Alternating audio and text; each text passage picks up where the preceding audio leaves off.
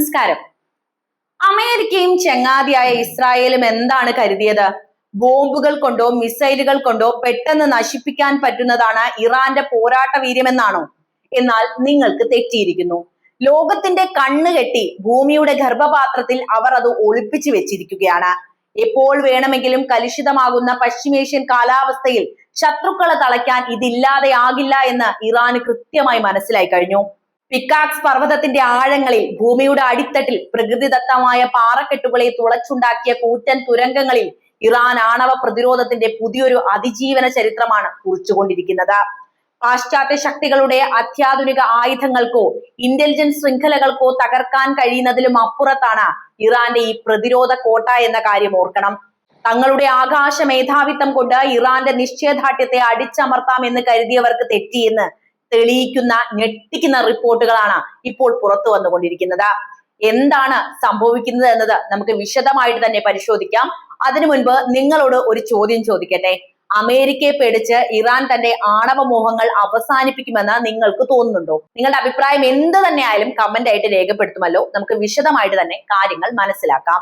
ലോകത്തിലെ തന്നെ ഏറ്റവും വലിയ രാഷ്ട്രീയ സൈനിക സംഘർഷ ഭൂമിയായി പശ്ചിമേഷ്യ വീണ്ടും വീണ്ടും മാറിക്കൊണ്ടിരിക്കുമ്പോൾ ലോകരാഷ്ട്രങ്ങളുടെ കണ്ണുകൾ മുഴുവൻ ഒരൊറ്റ ചോദ്യത്തിന് മേൽ തറഞ്ഞു നിൽക്കുകയാണ്. ഇറാന്റെ ആണവ സ്വപ്നങ്ങൾ ശരിക്കും അവസാനിച്ചോ? അതോ അവർ അണിയറയിൽ ഇതിലും ശക്തമായ തിരിച്ചുവരവിന് തയ്യാറെടുക്കുകയാണോ എന്നതാണ് ആ ചോദ്യം. അമേരിക്കയുടെയും ഇസ്രായേലിന്റെയും സഖ്യസേനകൾ നടത്തിയ അതിശക്തമായ വ്യോമാക്രമണങ്ങൾക്ക് മുന്നിൽ ഇറാൻ അടിയറവ് പറഞ്ഞു എന്ന് കരുതിയവർക്ക് കണക്ക് കൂട്ടലുകൾ അപ്പാടെ പിഴച്ചിരിക്കുന്നു. പിക്കാക്കസ് പർവ്വതത്തിന്റെ ആഴങ്ങളിൽ, ഭൂമിയുടെ അടിത്തട്ടിൽ പ്രകൃതിദത്തമായ പാറക്കെട്ടുകളെ തുളച്ചുണ്ടാക്കിയ കൂറ്റൻ തുരങ്കങ്ങളിൽ ഇറാൻ ആണവ പ്രതിരോധത്തിന്റെ പുതിയൊരു അതിജീവന ചരിത്രമാണ് കുറിച്ചുകൊണ്ടിരിക്കുന്നത്. അമേരിക്കയുടെയും പാശ്ചാത്യ ശക്തികളുടെയും അത്യാധുനിക ആയുധങ്ങൾക്കോ ഇന്റലിജൻസ് ശൃംഖലകൾക്കോ എത്താൻ കഴിയാത്ത ആഴത്തിലാണ് ഇതെല്ലാം. അമേരിക്കയുടെയും ഇസ്രായേലിന്റെയും വ്യോമസേനകൾ ഇറാന്റെ നിർണായക ആണവ കേന്ദ്രങ്ങൾക്ക് നേരെ നിരന്തരം ബോംബ് വർഷിച്ചപ്പോൾ പാശ്ചാത്യ ലോകം അഹങ്കാരത്തോടെ വിളിച്ചു പറഞ്ഞത് ഇറാന്റെ ആണവശേഷി ഇനി ഒരിക്കലും തിരിച്ചു വരാത്ത വിധം ഇല്ലാതായി എന്നാണ്. ഇസ്രായേൽ പ്രധാനമന്ത്രി ബെഞ്ചമിൻ നെതന്യാഹുവും വാഷിംഗ്ടണിലെ ഉന്നത ഭരണാധികാരികളും ഈ വിജയ വാർത്ത ആഘോഷിക്കുകയും ചെയ്തിട്ടുണ്ട്. എന്നാൽ ആ അവകാശവാദങ്ങളുടെ എല്ലാം അടിത്തറ ഇളക്കുന്ന പെന്റഗണിനെയും വൈറ്റ് ഹൗസിനെയും ഒരുപോലെ ഞെട്ടിക്കുന്ന റിപ്പോർട്ടുകൾ തന്നെയാണ് ഇപ്പോൾ വീണ്ടും വീണ്ടും പുറത്തു വന്നുകൊണ്ടിരിക്കുന്നത്. അങ്ങനെയൊന്നും അവസാനിപ്പിക്കാൻ ഇറാൻ തയ്യാറല്ല എന്ന് തന്നെയാണ് ചുരുക്കം. അതെ, ഇറാൻ തങ്ങളുടെ ആണവ പദ്ധതികളെ ഉപേക്ഷിച്ചിട്ടില്ല എന്ന് മാത്രമല്ല, ഭൂമിയിലെ ഒരു ബോംബിനും തകർക്കാൻ സാധിക്കാത്ത വിധം അതീവ സുരക്ഷിതമായ പുതിയ ഇടങ്ങളിലേക്ക് അവയെ പൂർണ്ണമായും മാറ്റി സ്ഥാപിച്ചിരിക്കുകയാണ്. ആഗോളതലത്തിൽ വലിയ ചർച്ചയായി മാറിയ അമേരിക്കൻ മാധ്യമമായ വാൾ സ്ട്രീറ്റ് ജേണൽ പുറത്തുവിട്ട നിർണായക വിവരങ്ങളിലേക്ക് നമുക്കൊന്ന് കണ്ണോടിക്കാം. കഴിഞ്ഞ വർഷം ശരത്കാലത്തോടെ, അതായത് ഇസ്രായേലുമായുള്ള കടുത്ത ഏറ്റുമുട്ടലുകൾക്കും നിരന്തര ആകാശ ആക്രമണങ്ങൾക്കും തൊട്ടു പിന്നാലെ ഇറാൻ വളരെ നിശബ്ദമായി ഭീമാകാരമായ ഒരു സൈനിക തന്ത്രം പൂർത്തിയാക്കിയിട്ടുണ്ട്.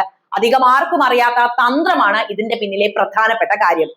തങ്ങളുടെ ഏറ്റവും പ്രധാനപ്പെട്ട യുറേനിയം സമ്പുഷ്ടീകരണത്തിന് ആവശ്യമായ ആയിരക്കണക്കിന് അത്യാധുനിക സെൻട്രിഫ്യൂജുകൾ ഇറാൻ വളരെ രഹസ്യമായി മറ്റൊരിടത്തേക്ക് മാറ്റി. എവിടേക്കാണ് ഈ നിർണായക ഉപകരണങ്ങൾ മാറ്റി സ്ഥാപിച്ചത് എന്നറിയാമോ? പിക്കാക്കസ് പർവ്വതം അല്ലെങ്കിൽ മൗണ്ട് കോളാൻ എന്നറിയപ്പെടുന്ന ഇറാന്റെ അതീവ സുരക്ഷിതമായ ഭൂഗർഭ പർവ്വത സമുച്ചയത്തിലേക്കാണ് അവർ ഇത് മാറ്റിയത്. എന്താണ് ഈ പിക്കാക്കസ് പർവ്വതത്തിന്റെ വലിയ പ്രത്യേകത? എന്തുകൊണ്ടാണ് ഈ ഒരൊറ്റ കേന്ദ്രത്തിന്റെ പേര് കേൾക്കുമ്പോൾ വാഷിംഗ്ടണിലെയും ടെൽ അവീവിലെയും സുരക്ഷാ ആസ്ഥാനങ്ങളിൽ വലിയ രീതിയിലുള്ള ഭീതിയുടെ അലയടികൾ ഉയരുന്നത്? അത് കൃത്യമായിട്ട് തന്നെ നമ്മൾ മനസ്സിലാക്കേണ്ടതുണ്ട്. അതായത് പിക്കാക്കസ് പർവ്വതം വെറും ഒരു മനോഹരമായ മലയോര മേഖലയല്ല എന്ന യാഥാർത്ഥ്യമാണ് ആദ്യം മനസ്സിലാക്കേണ്ടത്.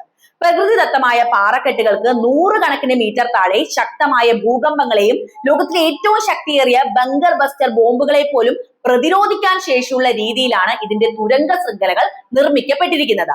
വിമാനങ്ങളിൽ നിന്ന് വർഷിക്കുന്ന സാധാരണ ബോംബുകൾക്കോ അത്യാധുനിക ഗൈഡഡ് ബോംബുകൾക്കോ ഈ പർവ്വതത്തിന്റെ ഉപരിതലത്തിൽ ഒരു ചെറിയ പോറൽ പോലും ഏൽപ്പിക്കാൻ കഴിയില്ല. അതായത് അമേരിക്കയും ഇസ്രായേലും ഇവിടെ തോറ്റുപോകുമെന്നർത്ഥം. അമേരിക്കയുടെ ഉപരോധങ്ങൾക്കും ഭീഷണികൾക്കും മുന്നിൽ തങ്ങളുടെ സാങ്കേതിക വിദ്യയും പരമാധികാരവും ഒരിക്കലും പണയം വെക്കില്ല എന്ന ഇറാന്റെ ഉറച്ച പ്രഖ്യാപനമാണ് ഈ ഭൂഗർഭ കേന്ദ്രം. ഇറാന്റെ ഭാവി ആണവശേഷിയുടെ ഹൃദയമിടിപ്പ് ഇപ്പോൾ പിക്കാക്കസ് പർവ്വതത്തിന്റെ ആഴങ്ങളിലാണ് മുഴങ്ങുന്നത്. അത് ഇല്ലാതാക്കാൻ അമേരിക്കയും ഇസ്രായേലും എത്ര മെനക്കെട്ടിട്ടും നടന്നിട്ടില്ല. ഇസ്രായേലി രഹസ്യാന്വേഷണ ഏജൻസിയായ മൊസാദ് ഈ നീക്കം തിരിച്ചറിയുകയും അമേരിക്കൻ രഹസ്യാന്വേഷണ വിഭാഗത്തിന് കൃത്യമായ മുന്നറിയിപ്പ് നൽകുകയും ചെയ്തപ്പോഴേക്കും കാര്യങ്ങൾ കൈവിട്ടു പോയിരുന്നു എന്നാണ് റിപ്പോർട്ടിൽ പറയുന്നത്.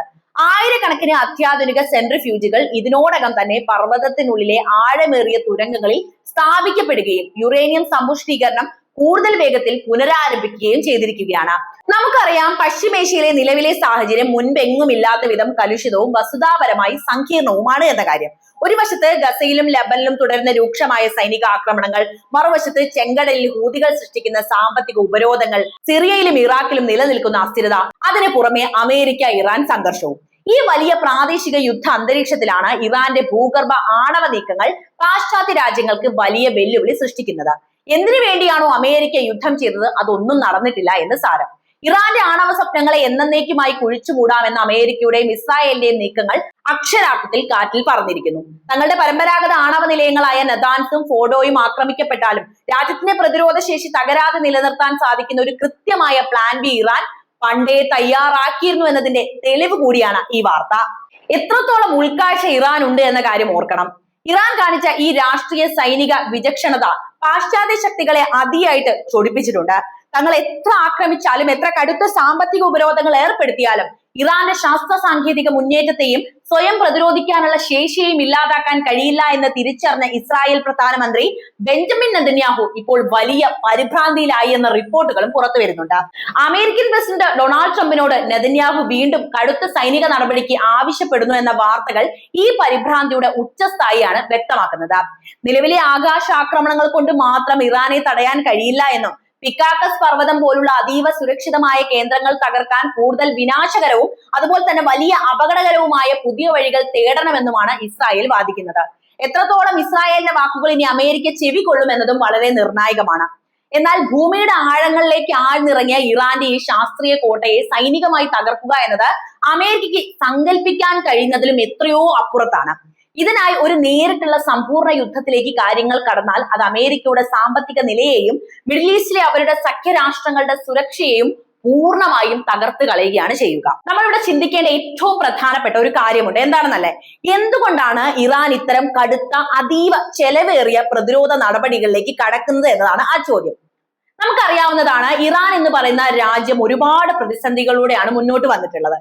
പതിറ്റാണ്ടുകൾക്കായി തങ്ങൾക്കെതിരെ തുടരുന്ന ഉപരോധങ്ങൾ, രാജ്യത്തെ പ്രമുഖ ആണവ ശാസ്ത്രജ്ഞരെ തെരുവിൽ വെടിവെച്ചും ബോംബ് വെച്ചും കൊലപ്പെടുത്തുന്ന നയങ്ങൾ, ഇറാന്റെ പരമാധികാരത്തിന് മേലുള്ള നിരന്തര കടന്നുകയറ്റങ്ങൾ, ഇവയ്ക്കെല്ലാം എതിരെയുള്ള ഇറാന്റെ സ്വാഭാവികമായ പ്രതിരോധമാണിത്. പാശ്ചാത്യ ലോകം ഇവിടെ എത്രത്തോളം സമ്മർദ്ദം ചെലുത്തുന്നുവോ അത്രത്തോളം ശക്തമായി ഇറാൻ തിരിച്ചടിക്കുക തന്നെയാണ് ചെയ്യുന്നത്. ആക്രമണങ്ങൾ ഇങ്ങനെ കടുക്കും തോറും ഇറാന്റെ പ്രതിരോധ തന്ത്രങ്ങൾ കൂടുതൽ ശക്തവും ആർക്കും തകർക്കാനാകാത്തതുമായി മാറുന്നു എന്നതിന് ഏറ്റവും വലിയ ഉദാഹരണമാണ് പിക്കാക്കസ് പർവ്വതത്തിലെ ഈ പുതിയ കേന്ദ്രം പോലും. സാങ്കേതിക വിദ്യയിലും ശാസ്ത്രത്തിലും അവർ കൈവരിച്ച സ്വയം പര്യാപ്തതയാണ് ഇതിന് പിന്നിലെ ഏറ്റവും വലിയ ശക്തി. അമേരിക്ക എന്ന വലിയ ശക്തിയെ നേരിടാൻ അവരുണ്ടാക്കിയ ഊർജവും ഇത് തന്നെയാണ്. അമേരിക്കയും ഇസ്രായേലും വിചാരിച്ചത് തങ്ങളുടെ അത്യാധുനിക ആകാശ മേധാവിത്വം കൊണ്ട് സാങ്കേതിക വിദ്യ കൊണ്ടൊക്കെ ഒരു സ്വതന്ത്ര രാജ്യത്തിന്റെ നിശ്ചയദാർഢ്യത്തെ എന്നേക്കുമായി അടിച്ചമർത്താമെന്നാണ്. എന്നാൽ എത്ര വലിയ സൈനിക നീക്കങ്ങളെയും അതിജീവിച്ച് സ്വന്തം മണ്ണിന്റെയും പർവ്വതങ്ങളുടെയും സംരക്ഷണത്തിൽ തങ്ങൾ ലക്ഷ്യത്തിലേക്ക് മുന്നേറാൻ തങ്ങൾക്ക് അറിയാമെന്ന് ഇറാൻ വീണ്ടും വീണ്ടും തെളിയിച്ചുകൊണ്ടേയിരിക്കുകയാണ്. ഇറാന്റെ ആണവ പദ്ധതികൾ പൂർണ്ണമായും തകർന്നു എന്ന പ്രചരണം പാശ്ചാത്യ മാധ്യമങ്ങൾ നിർമ്മിച്ചെടുത്ത വെറും ഒരു ആശ്വാസവാക്ക് മാത്രമാണ് എന്ന് ഇതിനോടകം തന്നെ എല്ലാവർക്കും മനസ്സിലായി. സത്യത്തിൽ ഇറാന്റെ ആണവശേഷിയെ എന്നേക്കുമായി ഇല്ലാതാക്കാമെന്ന അമേരിക്കയുടെയും ഇസ്രായേലിന്റെയും മോഹങ്ങൾ പിക്കാക്കസ് പർവ്വതത്തിന്റെ ഉറപ്പുള്ള പാറക്കെട്ടുകളിൽ തട്ടി തകർന്നു തരിപ്പണമായി എന്ന യാഥാർത്ഥ്യമാണ് നമ്മൾ മനസ്സിലാക്കുന്നത്. പശ്ചിമേഷ്യയിലെ മിസൈൽ പുകപടലങ്ങൾക്കിടയിലൂടെ ലോകം ഉറ്റുനോക്കുന്നത് ഇനി എന്ത് എന്ന ചോദ്യത്തിലേക്ക് തന്നെയാണ്. ഇറാന്റെ ഈ ഭൂഗർഭ തന്ത്രത്തിന് മുന്നിൽ അമേരിക്കയും ഇസ്രായേലും ഇനി എന്ത് അടിയന്തര നീക്കമായിരിക്കും നടത്തുക? ലോകത്തെ മുഴുവൻ വിഴുങ്ങുന്ന ഒരു വൻ പ്രാദേശിക യുദ്ധത്തിലേക്ക് മേഖലയെ അവർ തള്ളിവിടുമോ? അതോ ഇറാന്റെ ഈ അതിശക്തമായ പ്രതിരോധ കോട്ടയ്ക്ക് മുന്നിൽ തങ്ങളുടെ അധിനിവേശ നയങ്ങൾ തിരുത്താൻ അവർ നിർബന്ധിതരാകുമോ? ചോദ്യങ്ങൾ അവസാനിക്കുന്നതേയില്ല. എന്തായിരിക്കും ഇനി സംഭവിക്കുക എന്നത് ഏറെ നിർണായകവുമാണ്. വരും ദിവസങ്ങളിലെ അന്താരാഷ്ട്ര രാഷ്ട്രീയ നീക്കങ്ങളും സൈനിക മാറ്റങ്ങളും ഇതിന് വ്യക്തമായ ഉത്തരം നൽകുക തന്നെ ചെയ്യും. അടുത്ത പ്രധാനപ്പെട്ട വിവരങ്ങളുമായിട്ട് നമുക്ക് വീണ്ടും കാണാം. വീഡിയോ ഇഷ്ടമായ ലൈക്ക് ചെയ്യാനും ഷെയർ ചെയ്യാനും മറക്കരുത്. നന്ദി.